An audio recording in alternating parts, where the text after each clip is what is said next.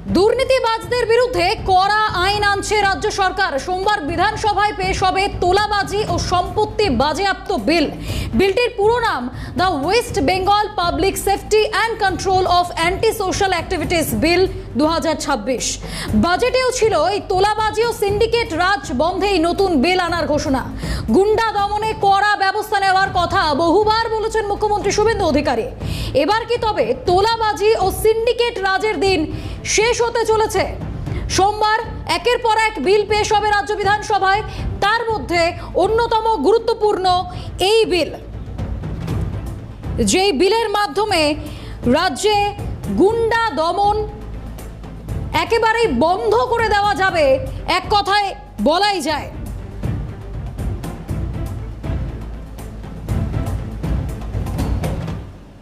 গুন্ডা দমনে কড়া ব্যবস্থা নেওয়ার হুঁশিয়ারি দিয়েছিলেন মুখ্যমন্ত্রী। এমনকি বাজেট পেশ সেই সময়ও আমরা দেখেছি অর্থমন্ত্রী স্বপন দাশগুপ্ত তিনিও উল্লেখ করেছিলেন যে এই গুন্ডা দমন বন্ধ হওয়া উচিত, সিন্ডিকেট রাজ বন্ধ হওয়া উচিত এবং তার জন্য যা যা প্রয়োজনীয় পদক্ষেপ সেই সবটাই করা হবে রাজ্য সরকারের তরফে। নিউজরুম থেকে সরাসরি রয়েছেন এডিটর ভাস্কর দত্ত। ভাস্কর দা, সোমবার মুখ্যমন্ত্রী শুভেন্দু অধিকারী বিধানসভায় যে বিলটি পেশ করতে চলেছেন, যেখানে সিন্ডিকেট রাজ, তোলাবাজি এগুলোর দিন তো প্রায় শেষ হতে চলে, কিন্তু মানুষ, সাধারণ মানুষ এই বিলটিকে কিভাবে বুঝবেন? বিলটি কি? দেখো, খুব স্বাভাবিকভাবেই বলা যেতে পারে যে এই সরকার আসার আগে থেকে এই যে স্লোগানটা দিয়ে আসছে সেটা হলো ভয় আউট ভরসা ইন। এবার এই জায়গায় দাঁড়িয়ে এই ভরসা ইন করানোর ক্ষেত্রে শুভেন্দু অধিকারী মুখ্যমন্ত্রী হিসেবে শপথ গ্রহণ হওয়ার আগে থেকেও এবং পরে বারবার একটি শব্দ বলেছে, জিরো টলারেন্স। অর্থাৎ এই ধরনের অপরাধগুলোকে দমন করার ক্ষেত্রে কোনো ক্ষেত্রে আপোষ করা হবে না, সেটা তিনি পরিষ্কার বুঝিয়েছেন। এবং অপরাধী যে গর্তেই ঢুকে থাকুক না কেন, তাকে টেনে বের করা হবে। আমরা বাজেট পেশের দিন অর্থমন্ত্রী স্বপন দাশগুপ্তকে দেখলাম যে তিনি বাজেট পেশের যে বরাদ্দের কথা তিনি ঘোষণা করছেন, ঠিক তার পাশাপাশি প্রশাসনিক পরিপ্রেক্ষিতে তিনি এটাও ঘোষণা করলেন যে খুব শীঘ্রই এই সিন্ডিকেট রাজ, তোলাবাজি এই সমস্ত বন্ধের জন্য নতুন একটা বিল আনতে চলেছে। এবং যেটা তুমি এক্ষুনি বললে যে আগামী সোমবার সে একটি বিল আনার কিন্তু ইতিমধ্যেই উদ্যোগ গ্রহণ সরকার করে ফেলেছে। এবার প্রশ্ন হচ্ছে যে এই বিলটা আনলে কি হবে? যারা এই যে তোলাবাজি করেছে, সিন্ডিকেট রাজ করছে বা করেছে, এরা কি এই কাজগুলো বন্ধ করে দেবে? দেখো, অপরাধ বন্ধ করার স্বার্থেই কিন্তু একটা নতুন আইন আনা হয়। আইন তো খুনের বিরুদ্ধেও রয়েছে, অর্থাৎ কেউ খুন করলে তার বিরুদ্ধে আইন রয়েছে, তাকে সেই আইন অনুযায়ী শাস্তি দেওয়া হয়। তারপরেও কি এই ধরনের অপরাধ ঘটছে না? ঘটছে। আইন করলে অপরাধ একেবারে সম্পূর্ণ নিঃশেষ হয়ে যাবে তা কিন্তু নয়, আমি সেটা বলছি না। কিন্তু এই ধরনের একটা কঠোর আইন থাকলে খুব স্বাভাবিকভাবেই এই ধরনের অপরাধীরা একটা অপরাধ করার আগে দুবার ভাববে। অবশ্যই আইন আনার যেমন প্রয়োজনীয়তা রয়েছে, ঠিক তেমন সেই আইনকে যথোপযুক্ত ব্যবহার করার প্রয়োজনীয়তা রয়েছে। বৃষ্টি, একদমই ভাস্করদা, এখান থেকেই এই যে বিলটা, এই বিলটিকে নিয়ে মুখ্যমন্ত্রী শুভেন্দু অধিকারী এবং অর্থমন্ত্রী স্বপন দাশগুপ্ত দুজনেই বক্তব্য রেখেছিলেন। তারা দুজন কি কি বলেছিলেন শুনে নেব প্রথমে। ত্রিধারাতে দ্বিতীয় দিক হচ্ছে বেসরকারি শিল্প। 100 কোটি টাকার বেশি যারা বিনিয়োগ করবেন তারা পঞ্চায়েত বা লোকাল বডিজ কারোর কাছ থেকে কোনো অনুমোদন নিতে হবে না, কারণ এখানে রাজ্য স্তরে চুক্তি হয়, তাদের জমির ব্যবস্থা দেওয়া হয়, তারা ব্যাংক থেকে লোন নেন, ওখানে গিয়ে কেউ প্ল্যান আটকান, কেউ ট্রেড লাইসেন্স আটকান, বলেন তোলা দিতে হবে, আমার লোককে নিতে হবে, ফায়ার লাইসেন্সে করা হয়। এটা এই যে স্থানীয় স্তরে যে হয়রানির শিকার হন, এখান থেকে মুক্তি পাবেন যারা ন্যূনতম 100 কোটি টাকার বেশি বিনিয়োগ করবেন। চাঁদাবাজি ব্যবসাকে যা ক্ষতি করছে, এই কারণে সামনের দিনে আমরা একটি আইন আনছি। আমাদের সরকার আইন অনুযায়ী ব্যবসাকে সিন্ডিকেট চার্জ এবং অন্যান্য বেআইনি অর্থ আদায় করার থেকে রক্ষা করার আইন আনবে। আমরা শুনলাম মুখ্যমন্ত্রী এবং অর্থমন্ত্রী দুজনেই এই বিলটির কথা একেবারে স্পষ্টভাবে উল্লেখ করেছেন। The West Bengal public safety and control of anti social activities bill 2026, যার মাধ্যমে দুর্নীতিবাজদের বিরুদ্ধে একেবারে কড়া আইন আনতে চলেছে রাজ্য সরকার, যেখানে বারবার রাজ্য সরকারের একটাই ট্যাগ লাইন ছিল যে ভয় আউট ভরসা ইন। সেই পদক্ষেপ এবার বিধানসভাতে এই বিল পেশের মাধ্যমে একেবারে আইনের মাধ্যমে চালু হতে চলেছে গোটা রাজ্যে।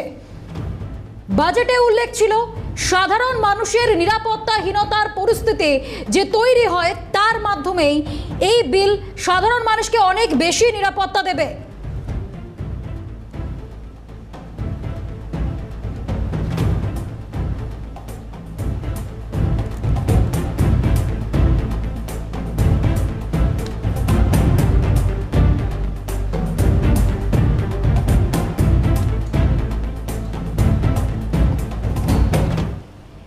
যে ছবিটি আমরা দেখছি বিল অনুযায়ী এই অ্যান্টি সোশ্যাল কাজটাকে প্রত্যক্ষ পরোক্ষভাবে সাধারণ মানুষের মধ্যে ভয় ও আতঙ্কের পরিবেশ যারা তৈরি করছে সেই অনুযায়ী তাদেরকে অ্যান্টি সোশ্যাল ধরা হবে। তার পাশাপাশি সাধারণ মানুষের নিরাপত্তাহীনতার পরিস্থিতি যারা তৈরি করছে সেটা অ্যান্টি সোশ্যাল কাজ হিসেবে গণ্য হবে। কোনো ব্যক্তি বা সম্পত্তির বৃহৎ ক্ষতি সৃষ্টি করা হলে সেটাও অ্যান্টি সোশ্যাল কাজ হবে।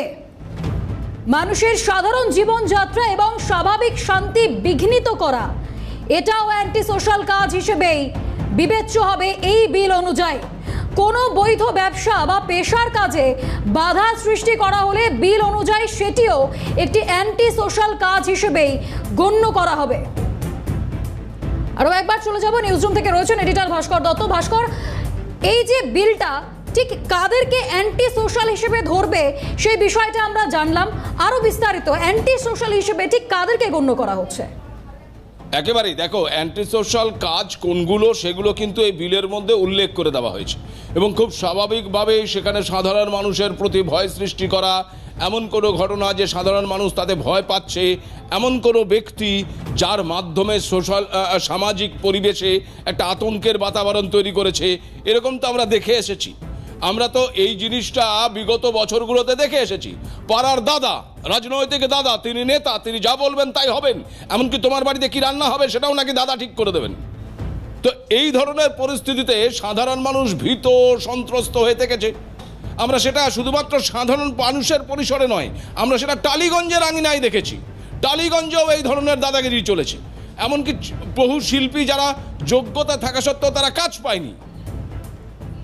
শিক্ষাক্ষেত্র থেকে শুরু করে শিল্পক্ষেত্র, সব ক্ষেত্রেই এই ধরনের একটা সিন্ডিকেট রাজ, তোলাবাজ রাজ এবং দাদাগিরির একটা গুন্ডামির একটা চূড়ান্ত জায়গা তৈরি করে রাখা হয়েছিল বিগত বছরগুলোতে। এবং যারাই কাজগুলো করেছেন এবং যারা আগামীতে এই ধরনের কাজ করবেন বলে ভাবছেন, সবার জন্যই কিন্তু এই আইনটি আসছে এবং এই আইনটিতে সবার কথাই কিন্তু বলা আছে। বৃষ্টি, একদম।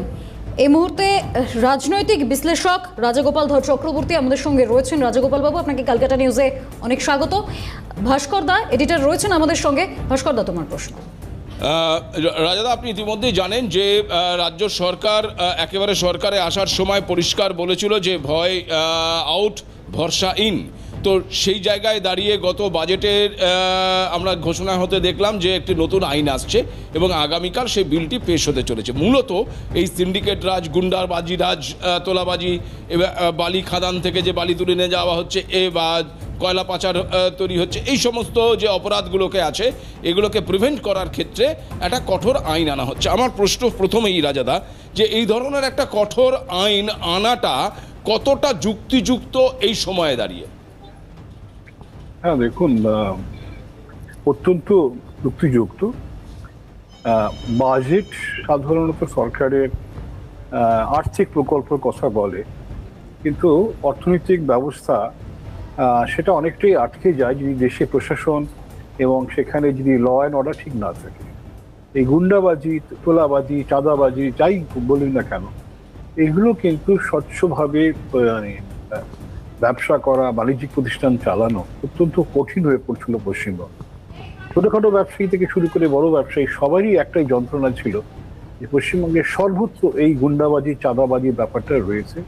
উৎপাদন কেন্দ্রে সেখানে চাঁদাবাজি, জিনিসপত্র নিয়ে যেতে গেলে পথের মধ্যে তালাবাজি, এবং সেখানে যেখান থেকে যে বন্দর থেকে আপনি মালপত্র মানে জাহাজে তুলবেন বা সেখানেও দেখা যাচ্ছে যে নানানভাবে সেখানে বাধা সৃষ্টি করা হচ্ছে। এখন সরকার এসেই মানে মাস দেড়েকের মধ্যেই এই ধরনের আইন নিয়ে এসেছিলেন। আমরা অতীতে উত্তরপ্রদেশও দেখেছিলাম এই ধরনের আইন ছিল, কঠোর আইন। কেননা যারা গুন্ডাবাজি করেন তারা তো লাভবান হন, তারা হয়তো রাজনৈতিক ক্ষমতা দেখাতে চান, কিন্তু লক্ষ্য হচ্ছে যে কিছু আর্থিক সঙ্গতি, ব্যাপক আর্থিক সঙ্গতি তারা করেছেন আমরা দেখেছি। কেন নেতাদের বাড়ি যে বৈভব দেখা গেছে সেগুলো সাধারণ মানুষের সঙ্গে কোনোভাবেই তুলনা হয় না। কয়েক হাজার গুণ সম্পত্তি তারা বাড়িয়েছেন এই প্রশাসনে ক্ষমতায় থাকা সুবাদ। মানুষ তাদের ডিম চড়ছে, ডিম চড়ে তো খুব একটা লাভ নেই। তাদের সম্পত্তি যেটা আছে, গুন্ডামি করেছেন, বদমাইশি করেছেন, মানুষকে ভয় দেখিয়েছেন, দেশের অর্থনৈতিক অবস্থা বিপন্নতার মধ্যে নিয়ে এসেছেন, তাদের সম্পত্তিগুলো তো সাধারণ মানুষের এটা খাওয়া শ্রমে তৈরি করার যে সম্পদ, সেই সম্পত্তি থেকে মানুষকে বঞ্চিত করেছে। তাই তাদের সম্পত্তিও, গুন্ডাদের শুধু জেলে পড়াই হবে না, তাদের সম্পত্তিও অধিকার করে নেওয়া হবে, এটাই সরকার জানাচ্ছেন। আমার দ্বারা এটা বাজেটের মধ্যে যখন বলা হয়েছে বুঝতে হবে সরকারের একটা বড় ভাবনা চিন্তা রয়েছে।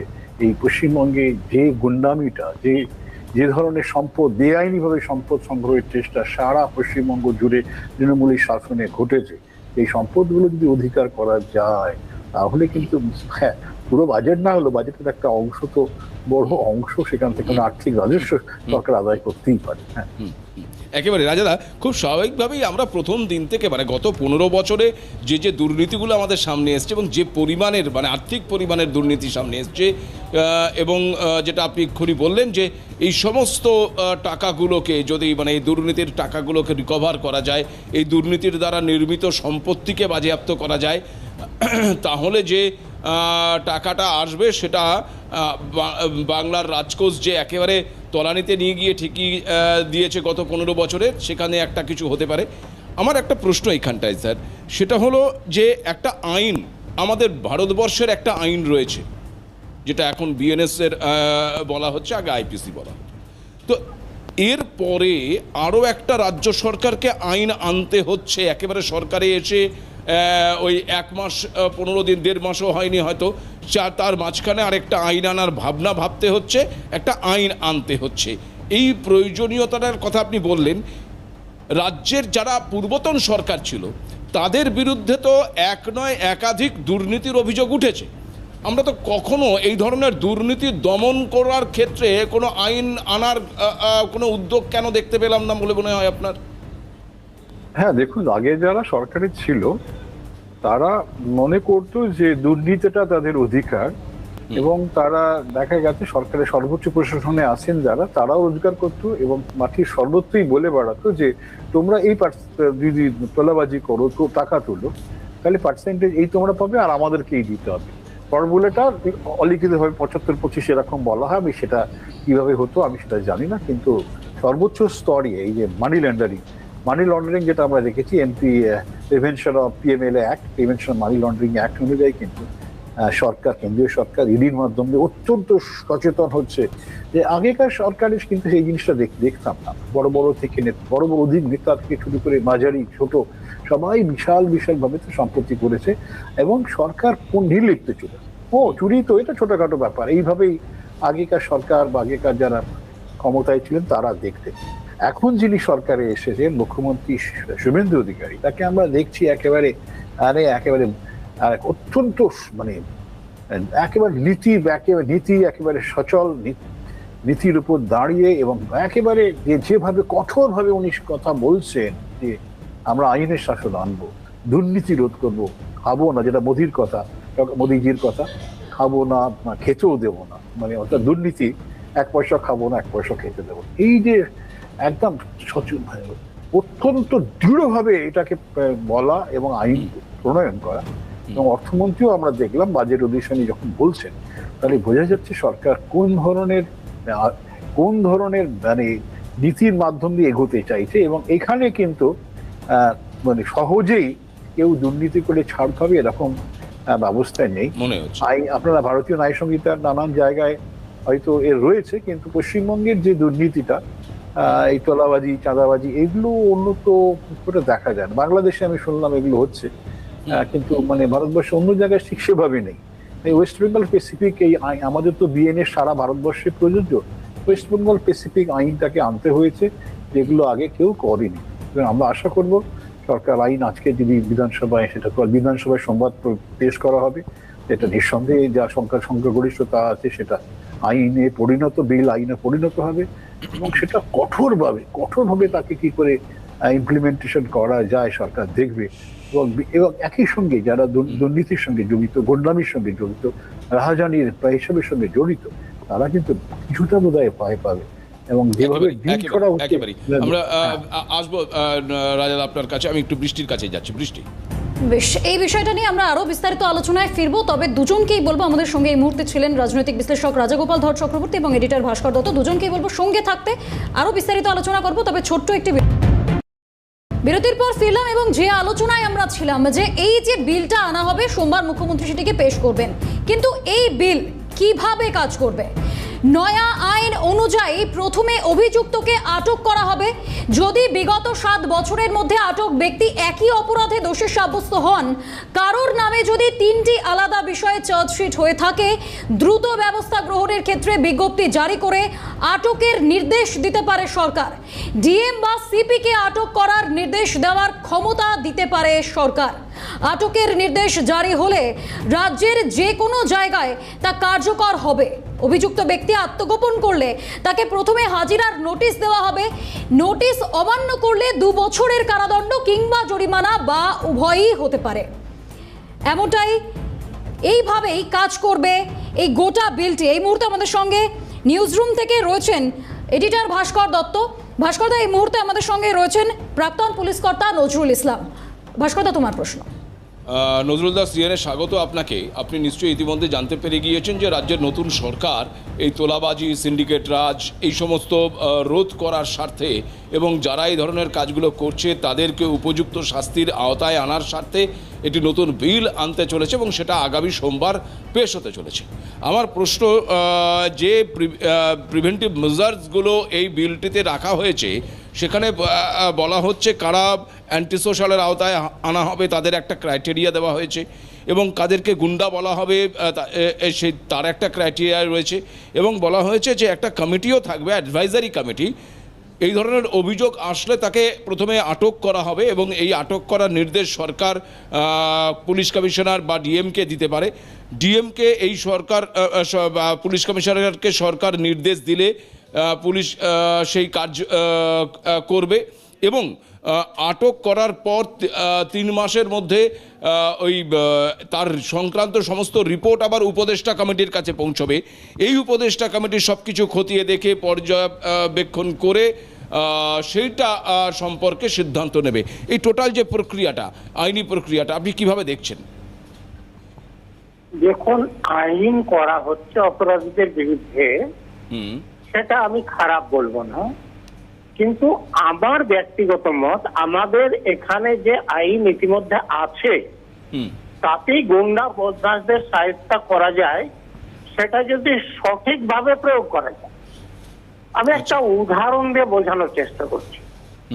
এই যে বর্মন, যিনি মার্ডার কেসে ওয়ান্টেড, তাকে পুলিশ খোঁজ করে পেল না, এটা আইনের দোষ না আইন প্রয়োগের দোষ? তারপরে উনি যখন কোর্টে বেলের জন্য দরখাস্ত করলেন, বেল হয়ে গেল, এটা আইনের দোষ না আইন যারা প্রয়োগ করছে তাদের দোষ?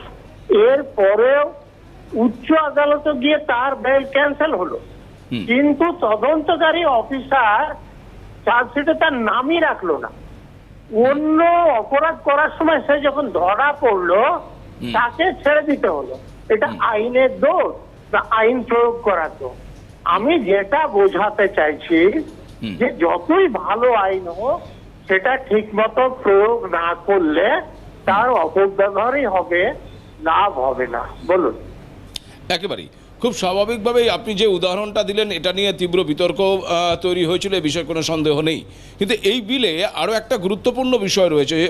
সেক্ষেত্রে বিশেষ করে যেটা বলা হচ্ছে যে যারা সমাজের মধ্যে প্রভাব বিস্তার করে রাখে, মানুষের মধ্যে একটা ভয়ের বাতাবরণ সৃষ্টি করে, আপনার কি মনে হয় যে মানুষ তো এই ধরনের রাজনৈতিক দাদা বলুন বা সামাজিক ক্ষেত্রে যারা নিজেদেরকে বাহুবলী বলে মনে করে থাকেন, যাদের ওপর অবশ্যই কোনো না কোনো রাজনৈতিক দলের নেতার আশীর্বাদের হাতটা থাকে, এই বাহুবলীরা দের বিরুদ্ধে সাধারণ মানুষ এই ধরনের একটা আইন সামনে এলে প্রকাশ্যে কথা বলার সাহস পাবে?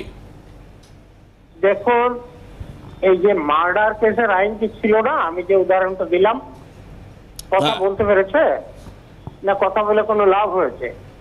তো রাজনৈতিক নেতারা এই বাহুবলীদের প্যাট্রোনাইজ করা বন্ধ করলে এটা বন্ধ হবে, নতুন আইন করে না। অতএব আইন যা আছে সেটা প্রয়োগ করলে গুন্ডা বদমাশদের সাহায্য করা যায়। আমি যখন চাকরি করেছি আমি দেখেছি, করতে পেরেছি। ওরা যে যাচ্ছে না সেটার কারণ রাজনৈতিক শুভেচ্ছার অভাব এবং যারা আইন প্রয়োগ করছে তাদের মধ্যে সব লোকের অভাব। এই দিকে একটু খেয়াল রাখা দরকার। বলুন। ওকে, অসংখ্য ধন্যবাদ নজরুলদা, আপনাকে অসংখ্য ধন্যবাদ আমাদের সময় দেওয়ার জন্য। বৃষ্টি, রাজাদা আমাদের সঙ্গে আছেন, আমি একটু রাজাদার কাছে এই নজরুলদার কথার প্রেক্ষিতে চলে যাব।